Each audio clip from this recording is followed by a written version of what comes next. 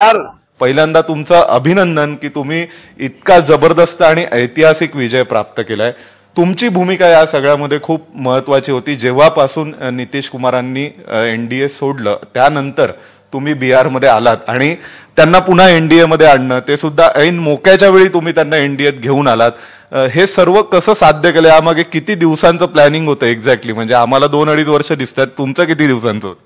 नाही, मला असं वाटतं की हे खरं आहे की ज्या वेळी नितीश कुमार आणि भाजपचं सरकार होतं आणि ते सरकार सोडून नितीशजी जे लालूबरोबर चालले होते, त्यावेळी मला केंद्रीय नेतृत्वाने सांगितलं की बिहार हे आपल्यासाठी अतिशय महत्त्वाचं राज्य आहे।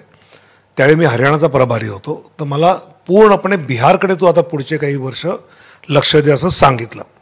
आणि मग तिथून आल्यानंतर, कारण बिहार हे राजकारण म्हणून तसं खूप अवघड राज्य आणि महाराष्ट्रामधून आलेल्या माणसाला तर खूपच अवघड, तरी त्याचा अभ्यास करत ज्या पद्धतीने नितीशजी गेले होते, ते का गेले होते आणि ते गेल्यानंतर तिथे ज्याही इंडियाला त्यांची फसवणूक केली तर त्यांना पुन्हा परत आणण्याचा पार्टीने केलेला प्रयत्न, मला असं वाटतं की यात प्रभारीचं एकट्याचं काम नसतं।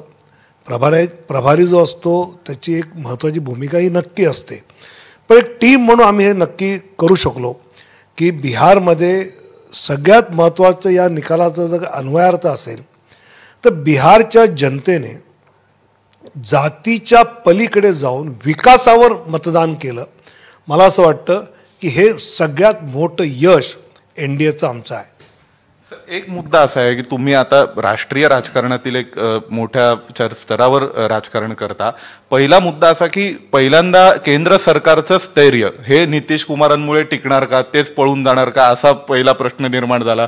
नितीश कुमार पुन्हा पलटी मारणार का, असा एक प्रश्न निर्माण झाला। तर हे सर्व करत असताना तुम्ही लोकसभेच्या देखील 40 पैकी 30 जागा बिहारमध्ये जिंकून आणल्या होत्या, तर हे कसं काय साध्य केलं होतं? त्यावेळी पारंपरिक जी वोट बँक आहे यादवांची, मुस्लिमांची, ती देखील एनडीएकडे आल्याचं दिसतंय। मला वाटतं की जर तुम्ही प्रामाणिकपणे संवाद जर ठेवला तर एक परस्पर आघाडीच्या राजकारणामध्ये, युतीच्या राजकारणामध्ये विश्वास असतो, तो आम्ही इथे नेहमी सातत्याने जनता दल युनायटेड नितीश कुमारांची पार्टी असेल, चिराग पासवानची असेल, किंवा हम जी जितेंद्र मांझींची पार्टी आहे, किंवा उपेंद्र कुशवाहांची, यांच्याशी नियमित संवाद ठेवणं, नियमित त्यांच्याशी बोलत राहणं, एखादी गोष्ट पटली न पटली तर ती मोकळेपणे सांगणं आणि ते करून घेणं, मला असं वाटतं की हा जो एक संवाद होता तो संवाद हा लोकसभेच्या निवडणुकीलाही कामाला आला, जागा वाटपाच्या वेळी पण आम्हाला कामाला आला। थोडं कोणी ताणायला लागलं तर त्याला मोकळेपणे म्हणणं की थोडं जरा अलायन्समध्ये 1-2 जागा पुढे मागे होतात, आणि ते मला वाटतं तो संवाद जो होता सगळ्यांच्या मधला, आणि त्यासाठी आम्ही एनडीएची जिल्हावार संमेलनं आणि बैठका घेतल्या। त्यात खालचा कार्यकर्ता सुद्धा एकमेकांमध्ये मिसळला होता। केवळ वरचं नेतृत्व म्हणतंय तर खाली ज्याला तिकीट मिळत नाही तो नाराज होतो, तर ते यावेळी आम्ही थांबवू शकलो, कारण खाली जिल्हा स्तरावर एनडीए